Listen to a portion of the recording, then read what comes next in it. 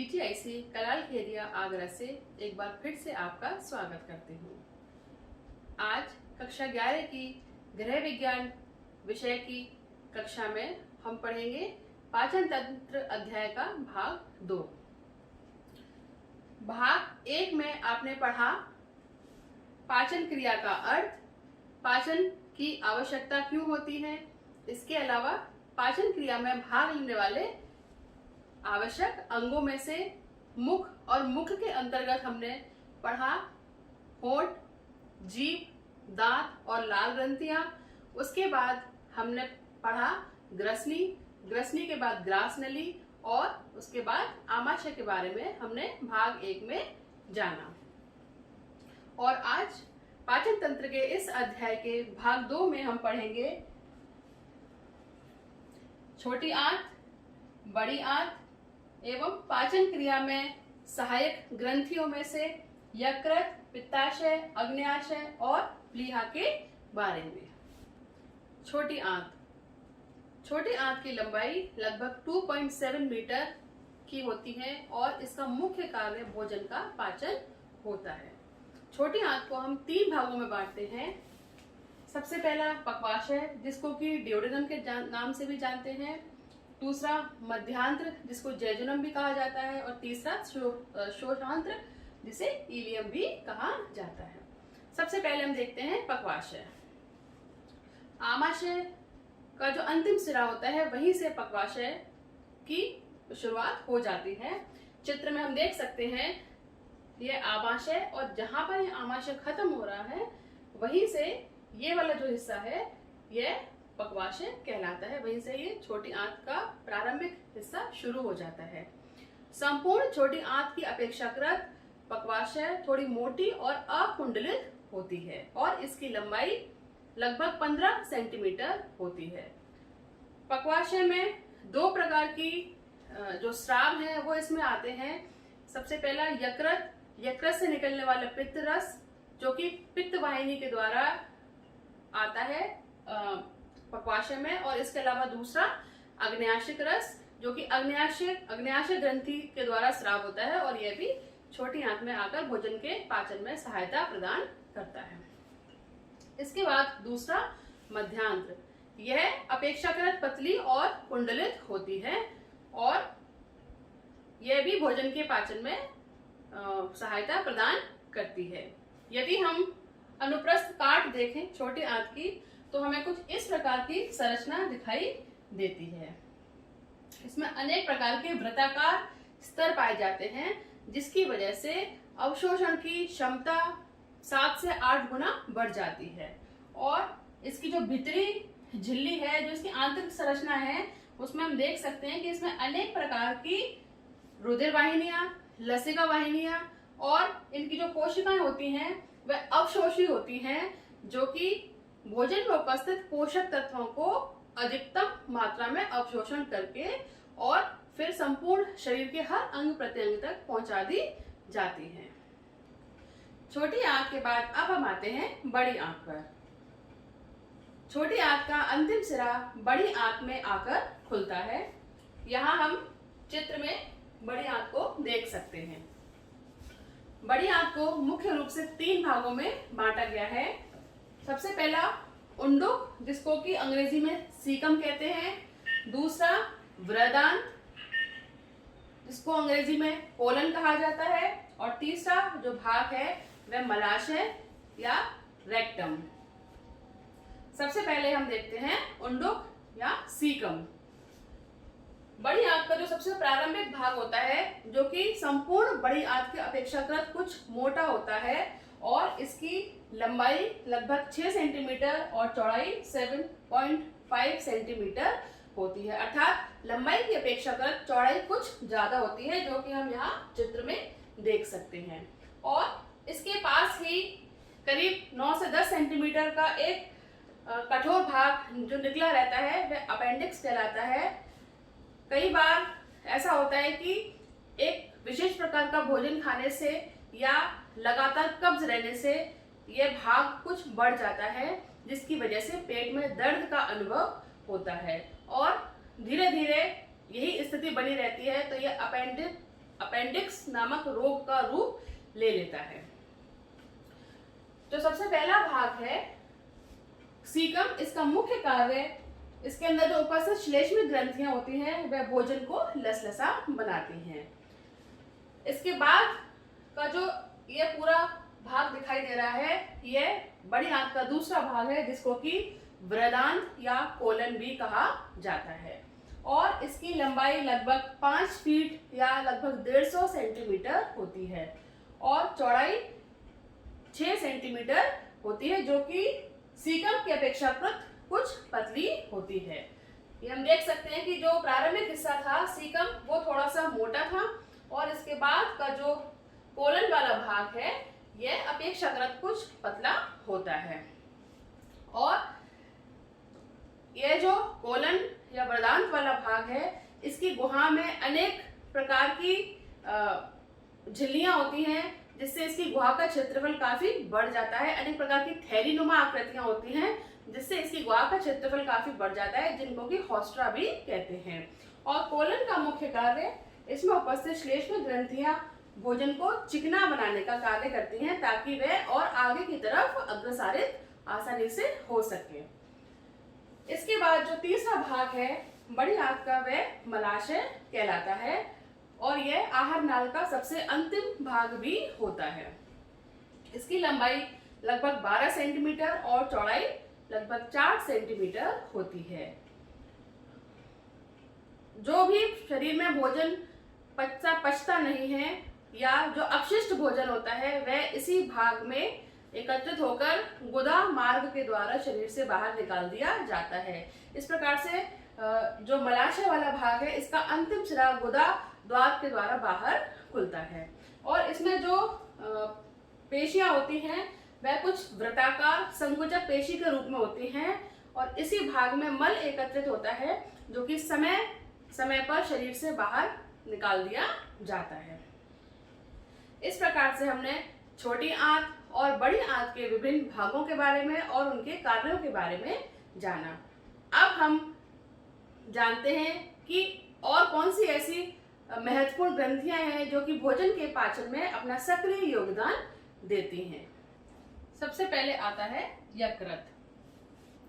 यह एक भूरे रंग की ग्रंथि होती है और इसका भार लगभग 1.5 किलोग्राम होता है और भोजन को पचाने में इसका बहुत महत्वपूर्ण योगदान होता है। यदि हम इसके चित्र को देखें तो कुछ इस तरह से इसकी संरचना होती है, जिसमें कि ये पूरा हिस्सा जो दिखाई दे रहा है ये यकृत और लाल रंग की एक पत्तीनुमा आकृति जो यकृत के पास स्थित होती है यह पित्ताशय कहलाता है। यकृत में पित्त रस बनता है जो कि पित्ताशय के द्वारा छोटी आंत में पहुंचा दिया जाता है। छोटी आंत का जो सबसे प्रारंभिक हिस्सा है जिसको कि ग्रहणी या डियोडिनम भी कहते हैं, उसमें जाकर ये नलिका खुलती है और पित्त रस का स्राव करती है। यकृत के पास में ही एक पत्तीनुमा आकृति जो कि छोटी आंत में बंधे रूप में होती है, जिसका मुख छोटी आंत की तरफ होता है, वह अग्नाशय कहलाती है। अब हम देखते हैं कि यकृत के कौन कौन से मुख्य कार्य हैं जो कि भोजन के पाचन में अपना सक्रिय योगदान देते हैं।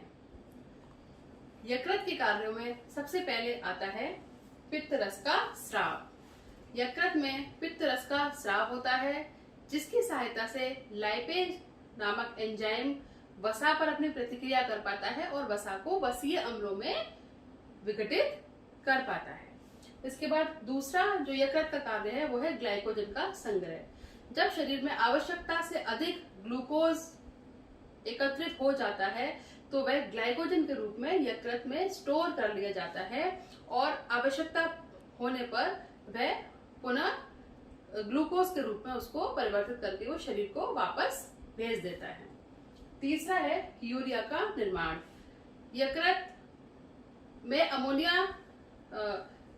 को यूरिक और यूरिक एसिड में परिवर्तित करके रक्त परिसंचरण तंत्र के द्वारा वृकों में या किडनी में पहुंचा दिया जाता है, जहां से कि उत्सर्जी पदार्थों के रूप में वह शरीर से बाहर निकाल दिया जाता है। इसके बाद आता है लाल रक्त कणिकाओं का निर्माण।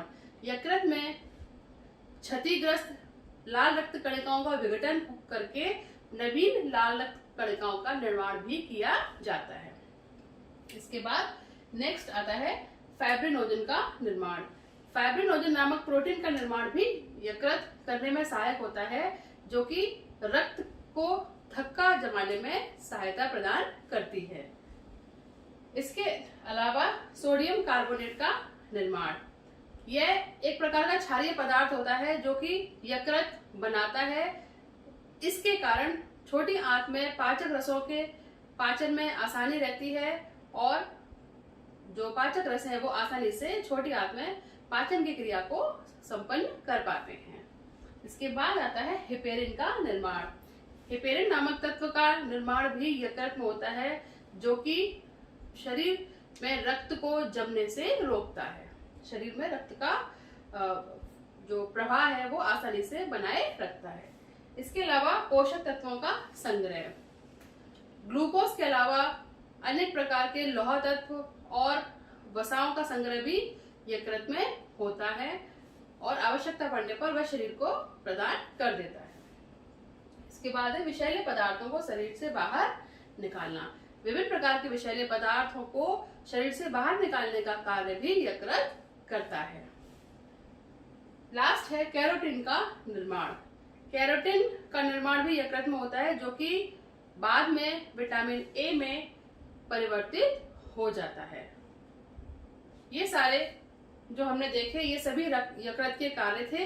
अब इसके बाद हम पाचन में सहायक दूसरी ग्रंथि के बारे में बात करेंगे, जो कि पित्ताशय है। पित्ताशय यकृत के पास ही स्थित एक ग्रंथि होती है, जो कि देखने में बिल्कुल मांस और तंतुओं के बने थैले के समान दिखाई देती है। यहाँ चित्र में हम देख सकते हैं कि नाशपाती जैसा इसका आकार होता है और इसका जो चौड़ा भाग होता है वो यकृत की तरफ होता है। इसमें से जो पतली सी ये नलिकाएं दिखाई दे रही हैं, ये पित्त वाहिनी कहलाती हैं, जो कि पित्त रस को ले जाती हैं और यहाँ छोटी आंत में खुलती है, जहां पर कि पित्त रस का स्राव हो जाता है। पित्त रस में 97% जल और 3% ठोस पदार्थ उपस्थित रहते हैं, जिनमें कि sodium glycolate, cholesterol, lecithin, calcium और मैग्नीशियम आदि होते हैं। मुख्य कार्य पित्त रस जो कि यकृत में बनता है उसको छोटी आंत तक पहुंचाने का कार्य पित्ताशय और पित्त वाहिनी के द्वारा किया जाता है। इसके अलावा दूसरी जो ग्रंथि है जो पाचन में अपना महत्वपूर्ण योगदान देती है वह अग्नाशय। अग्नाशय यहाँ हम चित्र में देख सकते हैं, यह एक पिस्तौल की भांति इसकी आकृति होती है, जिसका चौड़ा भाग छोटी आंत के पक्वाशय वाले भाग में खुलता है और इसके बीच में ये वाहिनियां हैं जो कि अग्न्याशय रसों को छोटी आंत में पहुंचाने का कार्य करती हैं। 3 प्रकार के मुख्य रूप से एंजाइम्स अग्न्याशय से स्रावित होते हैं, जो कि विभिन्न पोषक तत्वों पर अपनी प्रतिक्रिया करते हैं। सबसे पहला है एमाइलोप्सिन, जो कि भोज्य पदार्थ में जो उपस्थित कार्बोहाइड्रेट या जो स्टार्च होती है उस पर अपनी प्रतिक्रिया करते हैं और उसको वो सरलता रूप में शर्करा में परिवर्तित कर देते हैं। दूसरे एंजाइम्स जो अग्न्याशय में स्रावित होते हैं अग्न्याशय के द्वारा, वह है ट्रिप्सिन, जो कि प्रोटीन पर अपनी प्रतिक्रिया करते हैं और उनको सरलतम रूप पेप्टोन्स में बदल देते हैं। तीसरा लाइपेज, जो कि वसा पर अपनी प्रतिक्रिया करते हैं और उनको वसीय अम्लों में परिवर्तित कर देते हैं।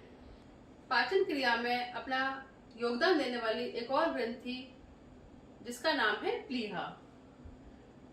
प्लीहा आमाशय के बाईं ओर और अग्नाशय के दाईं ओर स्थित एक छोटी सी ग्रंथि होती है, जो कि देखने में सेम के बीज के समान होती है और इसका रंग कुछ बैंगनी जैसा होता है तथा छूने पर यह चिपचिपी और एकदम मुलायम जैसी ग्रंथि दिखाई देती है। अगर इनको कार्यों को देखें तो यह आमाशय व आंतों को उनकी क्रियाशील अवस्था में रक्त प्रदान करती है।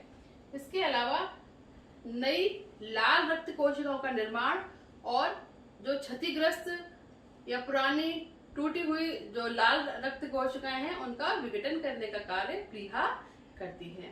इस प्रकार से हमने पाचन तंत्र के विभिन्न अंगों के बारे में जाना और पाचन क्रिया में अपना योगदान देने वाली विभिन्न ग्रंथियों के बारे में भी हमने भाग 2 में पढ़ा। अब हम देखते हैं कि मनुष्य में पाए जाने वाले कौन कौन से पाचक रस हैं और उनका क्या प्रभाव होता है। इसको हम एक तालिका के माध्यम से समझते हैं। सबसे पहले जो पाचक ग्रंथि है लार, और वह लार रस का स्रावन करती है जिसमें कि टाइलिन नामक एंजाइम पाया जाता है। और जिस जगह ये अपनी प्रतिक्रिया करती है वह मुख गुहा होती है, जहां पर कि भोजन में उपस्थित कार्बोहाइड्रेट पर टाइलिन नामक एंजाइम अपना असर करता है, अपना प्रभाव डालता है, यानी कि कार्बोहाइड्रेट का पाचन मुख से ही आरंभ हो जाता है। इसके बाद दूसरा जठर ग्रंथियां, जो कि जठर रस का स्रावन करती हैं और इनमें जो एंजाइम्स होते हैं या जिन एंजाइम के साथ ही मिलकर क्रियाशील होती हैं वे पेप्सिन और रेनिन होते हैं, जो कि आमाशय में अपना कार्य करते हैं और जिस पोषक तत्व पर ये प्रतिक्रिया करते हैं वह प्रोटीन, दूध और वसा, इन 3 पोषक तत्वों पर ये अपना कार्य करते हैं। इसके अलावा यकृत से पित्त रस का स्राव होता है, जो कि छोटी आंत का जो डियोडेनम वाला या ग्रहणी वाला भाग है वहां पर अपना कार्य करता है और वसा के पाचन में, अन्य पोषक तत्वों के पाचन में इसका योगदान होता है। इसके बाद आते हैं अग्न्याशय। अग्न्याशय से अग्न्याशक रस स्रावित होते हैं और जो एंजाइम्स उसमें पाए जाते हैं उनके नाम है ट्रिप्सिन, लाइपेज और एमाइलेज। ये भी छोटी आंत के डियोडेनम या ग्रहणी वाले भाग में जाकर अपना श्रावण करते हैं, जो कि भोजन के विभिन्न अवयवों को पचाने में सहायक होते हैं।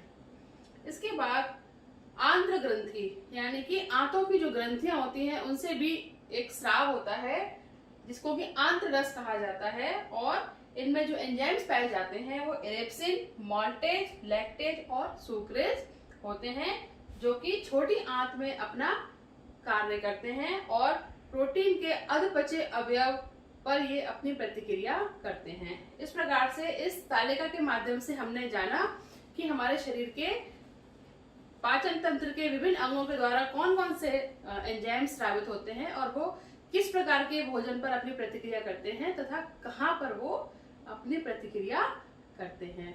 इसके बाद अब हम देखते हैं सामान्यतः जो भोजन हम ग्रहण करते हैं वो मुख के बाद ग्रसनी और ग्रास नली से होता हुआ आमाशय में जाता है।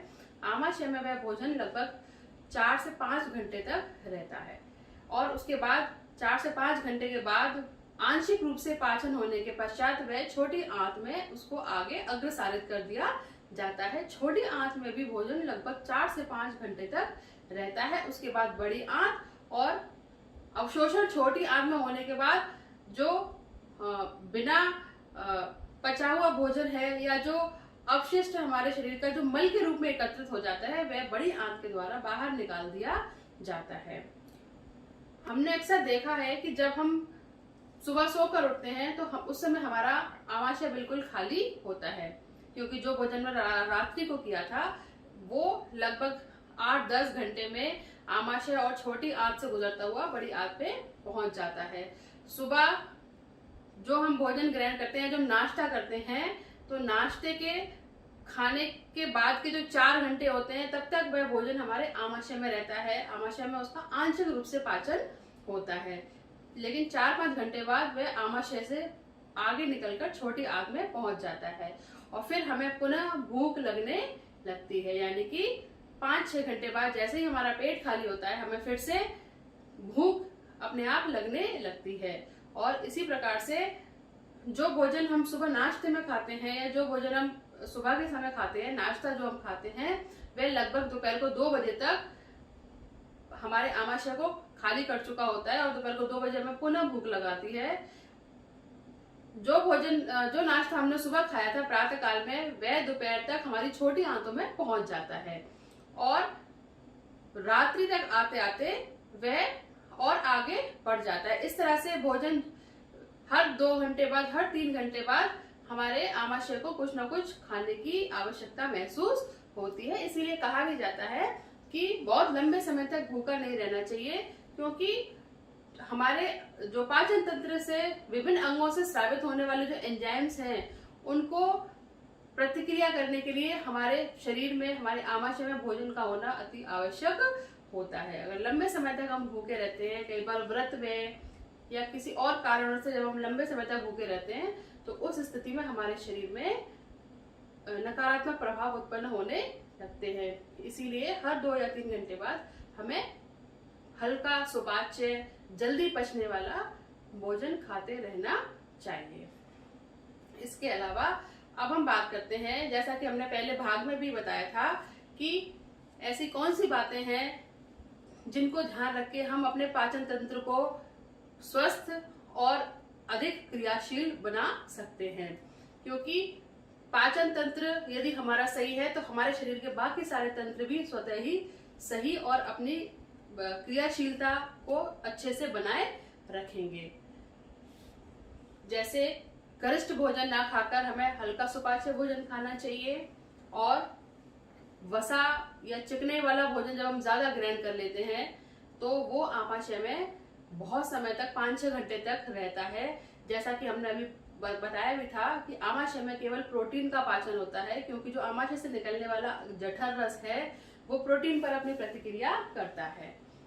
आमाशय में वसा जो या चिकने वाला हमने भोजन खाया है वो आमाशय में बहुत देर तक पचता नहीं है। इसीलिए हमें अक्सर जब कुछ हम गरिष्ठ भोजन खा लेते हैं मसालेदार, तो बहुत समय तक हमें भूख नहीं लगती है। ये इसी कारण से होता है।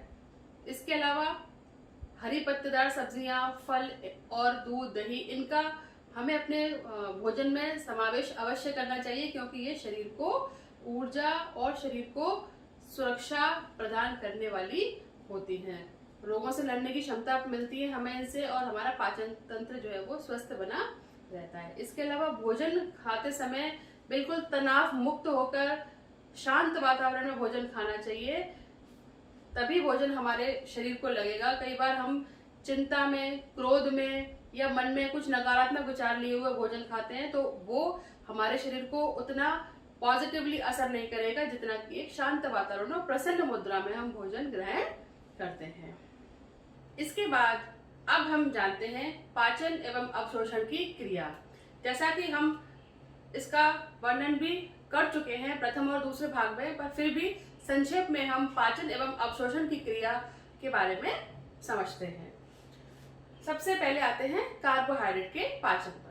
कार्बोहाइड्रेट का पाचन मुख से ही आरंभ हो जाता है। मुख में उपस्थित लाल ग्रंथियां लार का स्राव करती हैं, और लार में उपस्थित टाइलिन नामक एंजाइम कार्बोहाइड्रेट पर अपनी प्रतिक्रिया आरंभ कर देता है।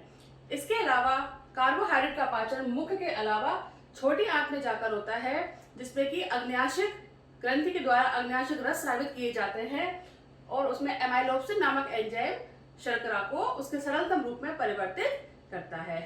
इनके अतिरिक्त माल्टोज, सुक्रोज और लैक्टोज, ये 3 एंजाइम भी कार्बोहाइड्रेट पर अपनी प्रतिक्रिया करते हैं। दूसरा आता है प्रोटीन का पाचन।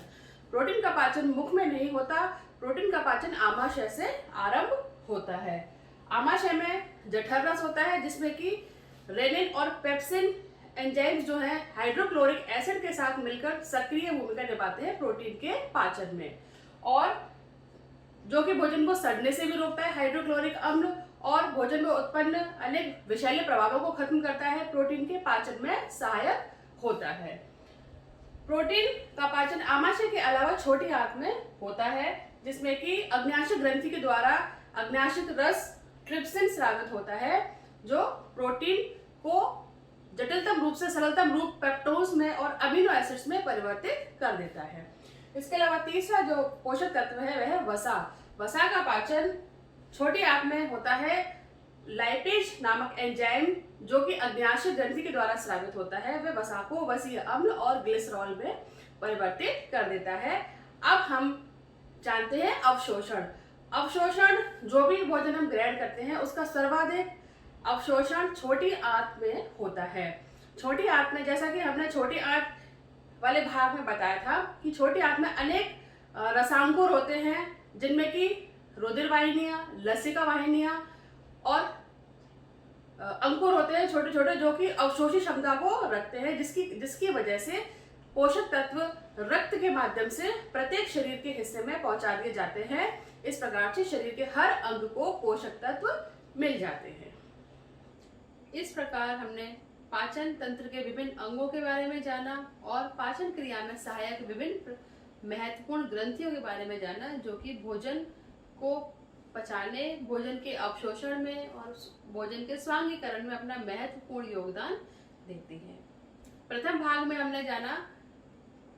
हमने ये भी पढ़ा था कि भोजन को हम ग्रहण करते हैं और भोजन जब हम मुख में ग्रहण करते हैं तो मुख में दांत, जीभ, लाल ग्रंथियां, होठ, ये सभी मिलकर भोजन पर अपना कार्य करते हैं और भोजन को लुगदी के रूप में अच्छे से उसको मुलायम लुगदी के रूप में उसको आगे ग्रसनी में भेज देते हैं और ग्रास नली के द्वारा भोजन आमाशय में आ जाता है। आमाशय में भी पाचन की प्रक्रिया होती है और परंतु हमने ये जाना कि आमाशय में केवल आंशिक रूप से पाचन होता है।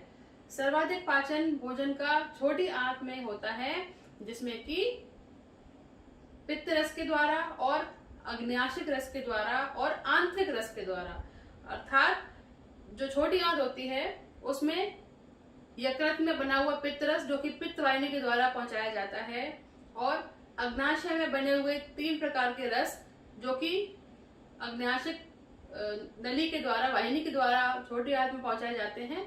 और आंतों का जो अपना स्राव होता है, ये सारे के सारे एंजाइम्स मिलकर आंतों में इकट्ठा होते हैं और आंतों में ही भोजन के ज्यादातर सर्वाधिक पाचन और अवशोषण की प्रक्रिया होती है।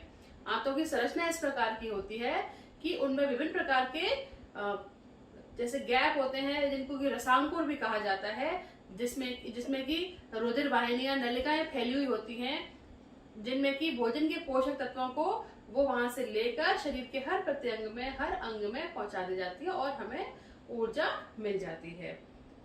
इसे अक्सर हमने ये देखा है कि जो भोजन हम खाते हैं, भोजन खाने के आधे घंटे 1 घंटे बाद ही हमारे शरीर में एक ऊर्जा की वृद्धि हो जाती है और हम फिर से पहले जैसे ऊर्जावान हो जाते हैं। कार्यों को करने की एनर्जी और शक्ति हमारे अंदर आ जाती है।